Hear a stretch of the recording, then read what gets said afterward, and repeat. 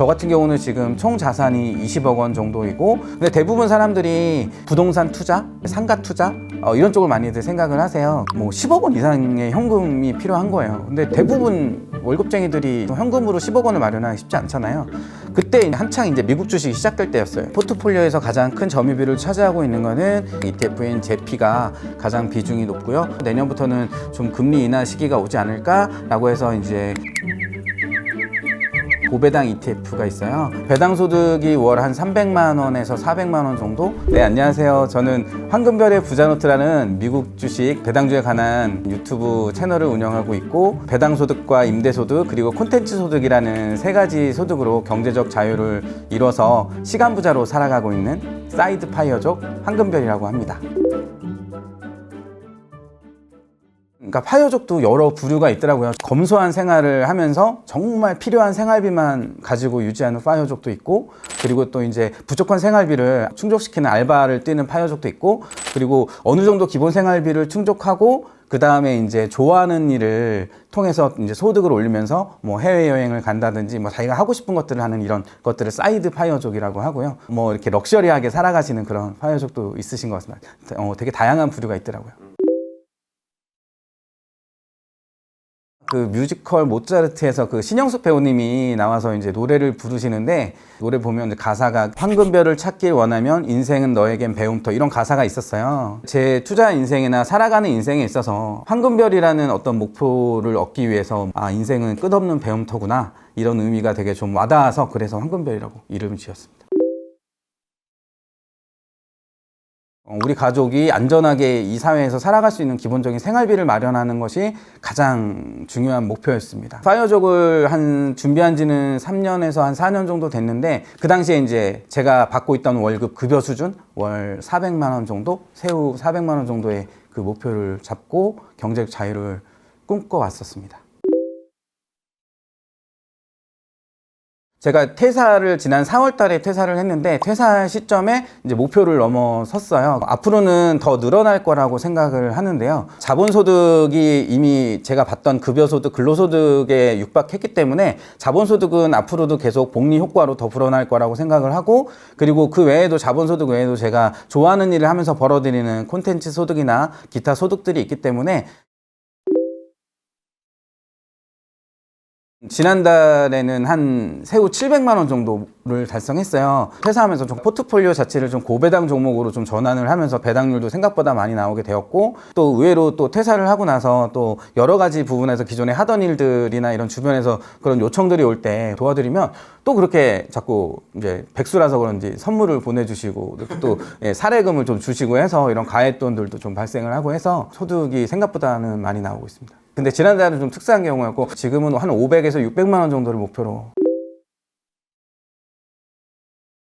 월 생활비에 대한 현금 흐름은 첫 번째 가장 큰 소득은 배당 소득이고요. 배당 소득은 이제 미국 주식 배당주 또는 배당 ETF에 투자를 해서 매월 받는 배당금, 세후 배당금을 말씀을 드리는 거고, 배당 소득이 월 한 300만 원에서 400만 원 정도, 그 정도가 되고요. 그리고 임대 소득은 제가 현재는 경기도 신도시 쪽에 전세로 거주를 하고 있어요. 그리고 서울에는 미래에 좀 수익을 얻기 위해서 재건축 아파트에 투자를 해서 그 재건축 아파트의 반전세 보증금에다가 이제 월세 80만 원을 받고 있거든요. 마지막이 컨텐츠 소득인데, 컨텐츠 소득이라 하면 제 재능을 활용해서 제가 유튜브를 한다거나 블로그, 그리고 이제 글을 쓰다 보니까 여러 그런 제안들이 올 때가 있어요. 그래서 그런 원고료나 기고료를 받을 때가 있거든요. 그런 소득이 이제 직장을 다닐 때는 100만 원 미만이었는데, 직장 퇴사 후에는 좀 더 열심히 쓰고 조금 더 깊이 연구를 해서 쓰다 보니까 이 소득이 조금 더 증가를 할 수 있을 것 같아요. 그래서 월 배당 소득과 임대 소득으로 기본 생활비를 마련해 두고, 콘텐츠 소득은 가족이나 저를 위해 사용할 수 있는 그런 소득으로 생각을 하고 있습니다. 월 500에서 600이면은 가족분들이랑 행복하게 사시는데 전혀 지장이 없으세요? 그렇지는 않고요. 아무래도 교육비랑 뭐 여러 가지가 들어가기 때문에 풍족한 삶은 아닌데, 단지 그런 건 있죠. 내가 9시부터 6시까지 무조건 가서 만나기 싫은 사람하고 회의를 해야 되고, 되지도 않을 그런 프로젝트에 참여를 해가지고 막 해야 되는 어떤 그런 건 없죠. 저 같은 경우는 지금 총 자산이 20억 원 정도이고 반전세 보증금이라든지 대출 일부를 제외하면 순자산은 16억 원 정도이고요. 예, 그 중에 그 미국 주식에는 한 5억 원 정도, 그리고 부동산 자산이 한 10억 원 정도, 그리고 나머지는 이제 좀 일부 예비비 이런 식으로 좀 달러로 좀 예치를 하고 있습니다. 사실 뭐 대부분의 직장인들이 다 마찬가지일 것 같아요. 저 같은 평범한 사람이 성공하려면 공부 열심히 해서 좋은 대학 가서 좋은 회사에 취직해서 열심히 성실하게 일해서 뭐 과장, 차장, 부장 승진하고 임원이 돼서 가는 코스가 직장인들이 생각하는 그런 코스였잖아요. 그런데 제가 외벌이 가장이었거든요. 그러니까 외벌이 가장으로서 20년을 살아오다 보니까 월급은 정말 딱 살 수 있을 정도만 나오더라고요. 직급이 올라가고 하면서 단일날보다 앞으로 다닐 날이 더 훨씬 적잖아요. 제가 20년 가까이 21년 다녔는데 만 21년. 앞으로 나에게 남은 직장 생활이 몇 년이나 남았지? 하다 보니까 짧으면 뭐 3, 4년, 길면 뭐 5년에서 8년 뭐 이렇게 생각이 되더라고요. 그러니까 아찔해지더라고요. 그래서 그때부터 이제 본격적으로 좀 준비를 하기 시작했습니다.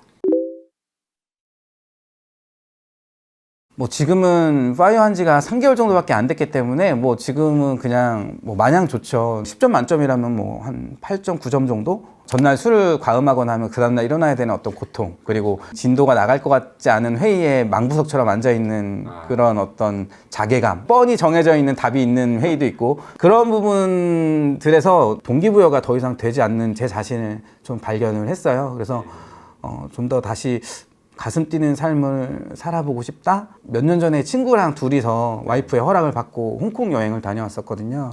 그때 친구랑 둘이서 홍콩 해변가에서 그 5,000원짜리 안주로 찡따오 맥주를 마시는데 그렇게 행복하더라고요. 그래서 이런 게 자유구나. 그래서 좀 제 시간을 통제하고 싶은 그런 생각을 가졌습니다. 지금은 제가 배우고 싶은 운동, 그리고 만나고 싶은 사람, 그리고 가족들하고 뭐 식사나 이런 것들 많은 시간들을 보내고 있거든요. 그래서 지금은 제 인생에서 가장 좀 젊은 날을 소중한 사람들과 함께 보낼 수 있다라는 점에서는 만족도는 되게 좋은 것 같습니다. 일단은 가족들한테는 제가 미리 준비하고 있다라는 과정들을 같이 계속 공유하고 많은 대화들을 나눴거든요. 그래서 이제 가족 구성원들은 다 이제 언젠가 저놈이 파이어 할 거다. 네, 준비를 하고 있었던 것 같아요. 근데 단지 부모님한테는 말씀드리기가 좀 그렇더라고요. 그래서 아직까지 말씀을 못 드렸어요. 왜냐하면 부모님은 걱정부터 하실 테니까 한 1년 정도 지나서 제가 이제 안정적으로 잘 현금 흐름도 만들어져 가고 있고, 또 이제 이런 콘텐츠 소득이나 이런 부분들도 계속 늘어나면서 잘 돼가고 있다라고 생각이 들면 그때는 이제 좀 차분하게 말씀을 잘 드려볼까 합니다. 부모님은 유튜브 안 하시나요? 제 채널만 보실 줄 아세요. 보시는 것들이 이명웅 뭐 이런 미스터 트롯 이런 채널들이라 다행히 알고리즘이 추천은 안 가나 봐요. 네. 경제적 자유를 꿈꿀 때 다들 그런 현타가 오실 거예요. 내가 가진 자산을 먼저 점검하게 되거든요. 2018년, 19년부터 제가 준비를 했는데 그때 가진 자산을 가지고는 도저히 이게 현금 흐름을 만들어낼 수 있는, 월 100만 원도 만들어낼 수 있는 수준이 아니었어요. 근데 대부분 사람들이 부동산 투자, 그 다음에 상가 투자 이런 쪽을 많이들 생각을 하세요. 근데 공부를 하다 보니까 부동산 투자나 상가 투자 같은 경우는 일단은 황금성도 떨어지지만 그 나라의 경제 성장하고도 좀 연관이 돼 있더라고요. 그러니까 우리나라가 굉장히 경제가 발전하고 성장을 하는 시점에는 이자율이 뭐 예를 들면 8%, 10%, 과거에 우리 80년대는 우리도 그랬던 적이 있잖아요. 그럴 때는 부동산 임대 수익률이나 상가 투자 수익률 같은 경우도 굉장히 높은 두 자릿수 정도를 기록을 하는데, 경제가 저성장이 되고 자산이 어떤 상승 곡선이 멈추게 되면 이 수익률이란 자체가 5%를 넘기기가 쉽지가 않더라고요. 그러면은 5%의 수익률로 상가 투자해가지고 제가 원하는 소득을 만들려면 뭐 10억 원 이상의 현금이 필요한 거예요. 근데 대부분 월급쟁이들이 현금으로 10억 원을 마련하기 쉽지 않잖아요. 그때 한창 이제 미국 주식이 시작될 때였어요. 2019년, 2020년 때쯤에. 그때 이제 여러 가지 책들을 보면서 주식 투자라고 하면 굉장히 위험한 투자라고 생각들을 많이 하는데 부동산만큼 안정적으로 운영할 수도 있구나. 이 부분들은 나랑 잘 맞겠다라고 생각을 해서 그때부터 이제 배당 투자를 공부를 했습니다.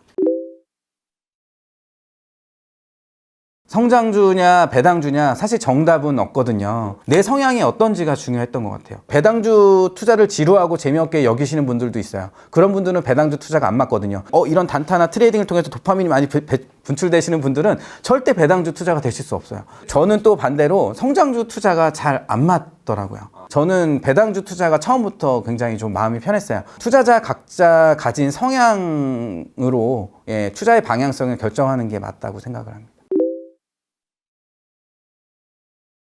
아무래도 좀 월배당 종목이나 이런 ETF 쪽으로 좀 전환을 했고, 누구나 다 아는 기업, 코카콜라, 뭐 존슨앤존슨. 사실 이런 개별 종목들 같은 경우는 배당률도 좀 세전 배당률도 낮고 분기 배당 중심이거든요. 개별 종목들은. 그러다 보니까 이제 배당을 받는 재미가 조금 떨어져요. 포트폴리오에서 가장 큰 점유비를 차지하고 있는 거는 S&P 500 지수를 기반으로 한 커버드 콜 옵션인 옵션 전략 ETF인 제피가 가장 비중이 높고요. 최근에 금리가 좀 정점에 이르렀다고 판단을 하고 내년부터는 좀 금리 인하 시기가 오지 않을까라고 해서 이제 그 TLTW라는 또 고배당 ETF가 있어요. 20% 가까운 배당률을 가진. 그래서 채권형 ETF인데 그래서 주식형 ETF와 채권형 ETF의 비중을 이렇게 좀 분산해서 뭐 한 6대 4 정도로 최근에 채권형 ETF 비중을 많이 높였습니다.